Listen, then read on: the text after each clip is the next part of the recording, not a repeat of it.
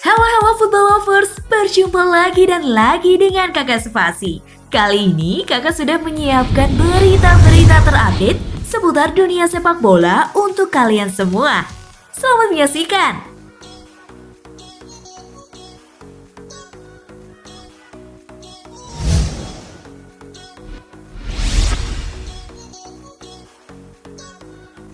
Sengit, Napoli versus Inter tuntas 1-1. Napoli versus Inter berlangsung di Stadion Diego Armando Maradona. Partenopei memimpin lebih dulu di menit ke-7 lewat eksekusi penalti Lorenzo Insigne. It's Insigne! And Napoli lead. Inter mampu mengejutkan tuan rumah di awal babak kedua, tepat pada menit ke-47. Edin Dzeko merobek gawang Napoli dan membuat laga tuntas 1-1. And Dzeko again! Hasil ini tak mengubah posisi kedua tim di klasemen Liga Italia. Inter tetap di pucuk dengan 54 poin dari 24 laga dan Napoli mengoleksi 53 angka dari 25 pertandingan. Di pertandingan lainnya, Lazio menang 3-0 atas Bologna. Torino kalah 1-2 dari Venezia. Daftar top skor sementara masih dipimpin oleh Ciro Immobile dengan 19 gol. Disusul Dusan Vlahovic dengan 18 gol.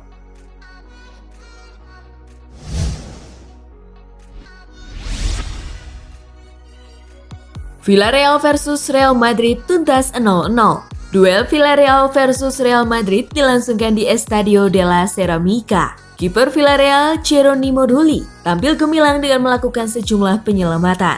Sedangkan Madrid bisa saja memenangi permainan andai sepakan Luka Jovic tidak mengenai mistar gawang. Dengan perolehan 1 poin, Madrid masih tetap di puncak klasemen Liga Spanyol setelah mengoleksi 54 poin dari 24 pertandingan. Sedangkan Villarreal bertengger di peringkat ke-6 dengan perolehan 36 poin. Hasil La Liga Jornada ke-24 hari ini. Sevilla menang 2-0 atas Elche.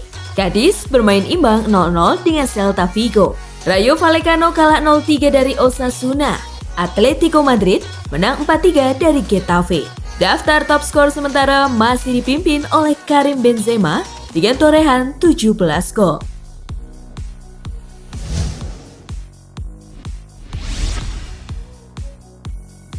Bochum versus Bayern, Die Roten tumbang 2-4. Pada pertandingan di Stadion Vonovia Ruhr, Bayern unggul lebih dulu berkat gol cepat Robert Lewandowski. Coman had to reach for it and Lewandowski. Bochum kemudian mencetak 4 gol balasan dari Christopher Antwi Ajax, Jurgen Locadia, Christian Gamboa, dan Gerrit Holtmann sampai jalan turun minum.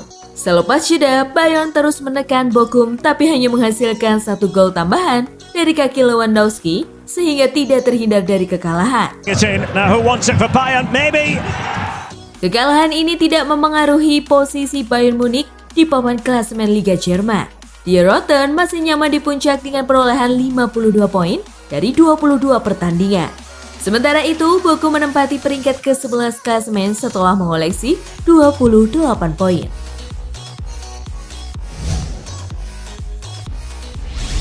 Hasil Bundesliga pekan ke-22 hari ini. Leipzig kalah 3-1 dari Köln. Freiburg bermain imbang 1-1 dengan Mainz. Greuther Fürth menang 2-1 atas Hertha Berlin. Mönchengladbach menang 3-2 atas Augsburg. Eintracht Frankfurt kalah 0-2 dari Wolfsburg. Leverkusen menang 4-2 atas Stuttgart. Daftar top skor sementara masih dipimpin oleh Lewandowski dengan torehan 26 gol.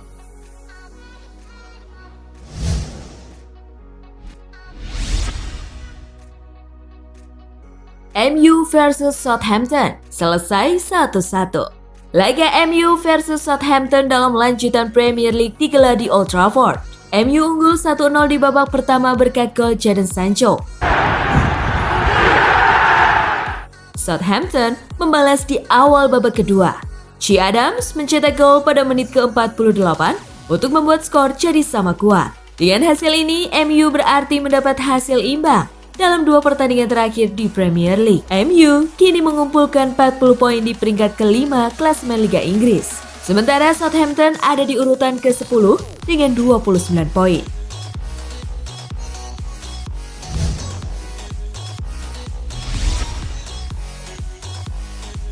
Norwich versus Manchester City.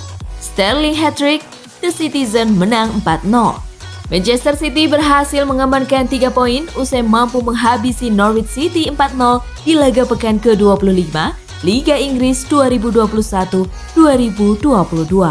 Kemenangan yang diraih tim berjuluk The Citizens itu pun berkat permainan apik Raheem Sterling usai menciptakan hat-trick di laga yang dihelat di Stadion Carrow Road tersebut. Dengan tambahan 3 poin, City kini semakin kukuh di puncak klasemen Liga Inggris dengan koleksi 63 poin atau unggul 12 angka atas Liverpool yang berada di urutan kedua.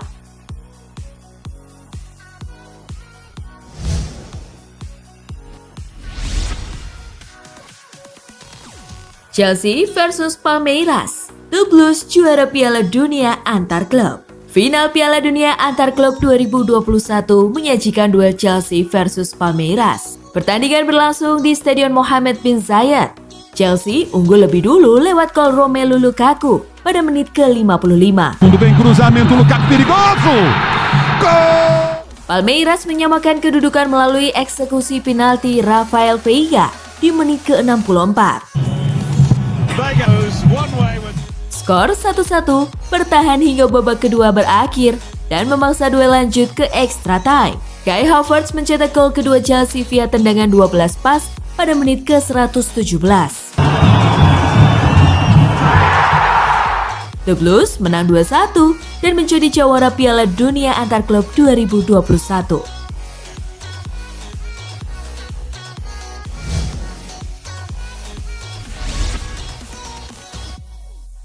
Edouard Mendy, 1 minggu 2 piala. Edouard Mendy menikmati 1 minggu yang luar biasa.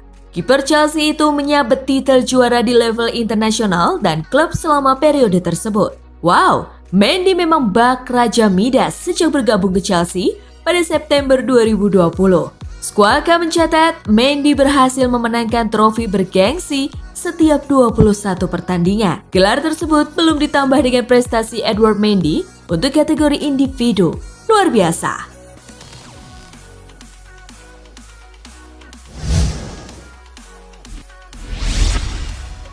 Gelar Azpilicueta bersama Chelsea sempurna usai raih trofi Piala Dunia antar klub.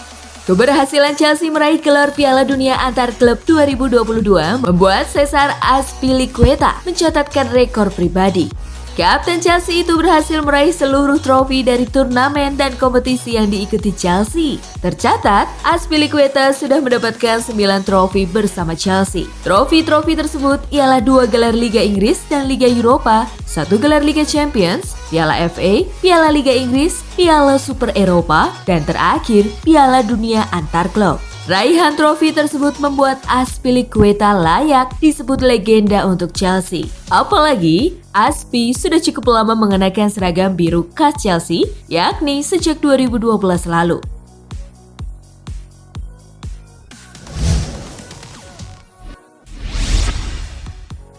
Kai Havertz 2 kali jadi penentu gelar juara Chelsea. Kai Havertz keluar sebagai penyelamat Chelsea pada pertandingan kali ini. Gol penaltinya di menit ke-117 membawa Chelsea merebut gelar pertama Piala Dunia antar klub sepanjang sejarah. Bukan kali ini saja Havertz menjadi penentu gelar juara Chelsea. Pada final Liga Champions musim 2020-2021, Havertz juga menjadi pendulang gol tunggal Chelsea.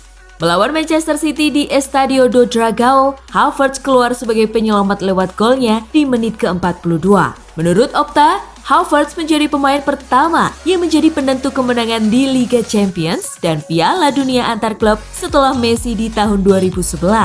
Saat itu, La Pulga melakukannya berseragam Barcelona.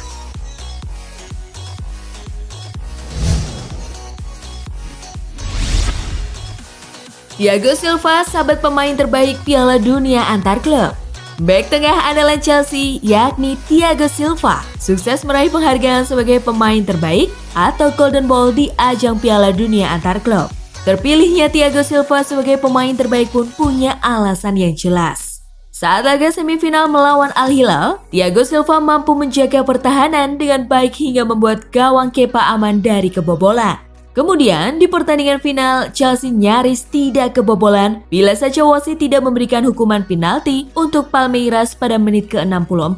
Sementara itu, terpilihnya Thiago Silva membuat dirinya mampu menyamai rekor expect andalan Real Madrid, Sergio Ramos. Dilansir dari Squawka Football, hanya ada 2 pemain bertahan yang pernah menyabet Golden Ball di Piala Dunia antar klub, yakni Thiago Silva di tahun 2022 dan Sergio Ramos di tahun 2014. Imbang lawan Southampton, Manchester United ulangi catatan buruk 24 tahun silam. Hasil imbang melawan Southampton disebut-sebut membuktikan Manchester United telah salah menunjuk Ralf Rangnick sebagai pelatih. Adapun 2 hasil minor beruntun di Liga Domestik kali ini menjadikan Manchester United mengulangi catatan buruk 24 tahun silam. Untuk kali kedua, Manchester United harus mengalami comeback dari lawan 2 kali beruntun yang terakhir terjadi pada Desember 1998.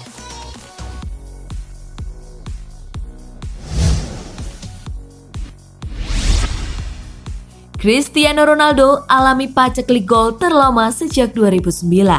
Cristiano Ronaldo mengalami paceklik gol terlama dalam lebih dari 1 dekade. Dengan bintang Manchester United itu gagal mencetak gol lagi dalam pertandingan imbang 1-1 lawan Southampton. Gol terakhir Ronaldo terjadi pada 30 Desember ketika ia mencetak gol dalam kemenangan 3-1 atas Burnley. Dan Ronaldo yang mencetak 688 gol di level klub sepanjang karirnya yang cemerlang belum pernah melalui 6 pertandingan tanpa mencetak gol sejak 2009.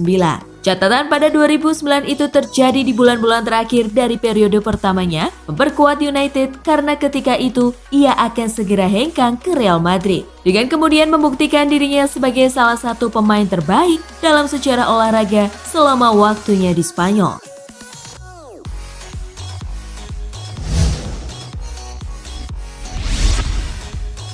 Antonio Conte nikmati tekanan pekerjaan di Tottenham Hotspur. Antonio Conte mengaku menikmati tekanan yang datang dengan pekerjaannya sebagai manajer Tottenham Hotspur ketimbang hidup yang damai berhias teh dan biskuit. Conte sempat mengawali tenornya di Tottenham dengan menorehkan rekor tak terkalahkan di 9 pertandingan liga pertamanya. Rekor itu musnah di tangan bekas klubnya sendiri, Chelsea, sebelum Tottenham menelan kekalahan beruntun di pecundangi Southampton. Conte menegaskan bahwa tekanan adalah sebuah hal normal dan orang-orang yang mengeluhkannya memang tidak tepat untuk melakukan pekerjaan sebagai pelatih tim sepak bola.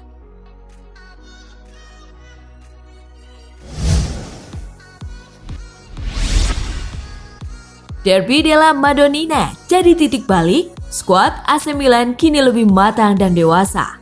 Stefano Pioli mengungkapkan bahwa skuad AC Milan kini lebih matang dan dewasa dengan laga Derby della Madonnina menjadi titik balik.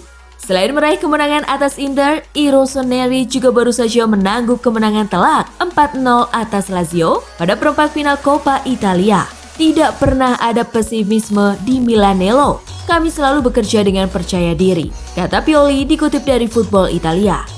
Ini adalah tim yang sangat muda, mereka memiliki pengalaman dan mereka telah berkembang, lanjut Pioli.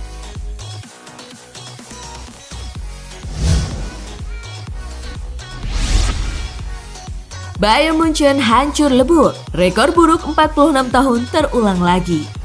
Kekalahan dari VfL Bochum 4-2 membuat Bayern Munchen mengulangi rekor buruk mereka dalam ajang Bundesliga pada tahun 1975.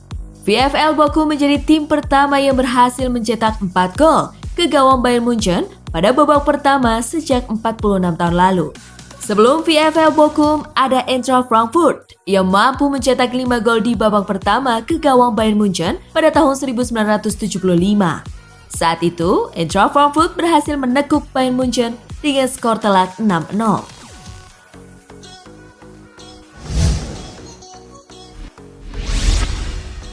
Duel FC Porto versus Sporting CP rusuh, ex-back Real Madrid jadi biang kerok dan berujung 5 kartu merah. Duel antara FC Porto dan Sporting CP juga menjadi salah satu laga penentu gelar juara Liga Portugal musim 2021-2022. Laga ini menghasilkan 31 pelanggaran dengan berujung pada 9 kartu kuning dan 5 kartu merah bagi kedua tim dan berakhir imbang dengan skor 2-2. Kericuhan yang terjadi jelang berakhirnya laga ini melibatkan 40 orang yang terdiri dari pemain, staf, pelayan, dan anak bola dari kedua tim. Kejadian ini dipicu saat pemain Porto PP jatuh setelah berduel dengan gelandang Sporting Joao Palhinha dalam peluang terakhir Porto. Tercatat 4 pemain yang terlibat insiden tersebut diberi kartu merah dan dikeluarkan dari pertandingan.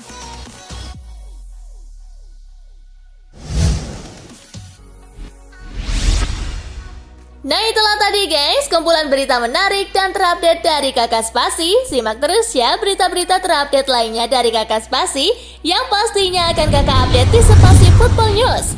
Tapi jangan ditinggalin ya channel Spasinya, karena Kakak akan update juga tentang fakta-fakta menarik seputar sepak bola dunia.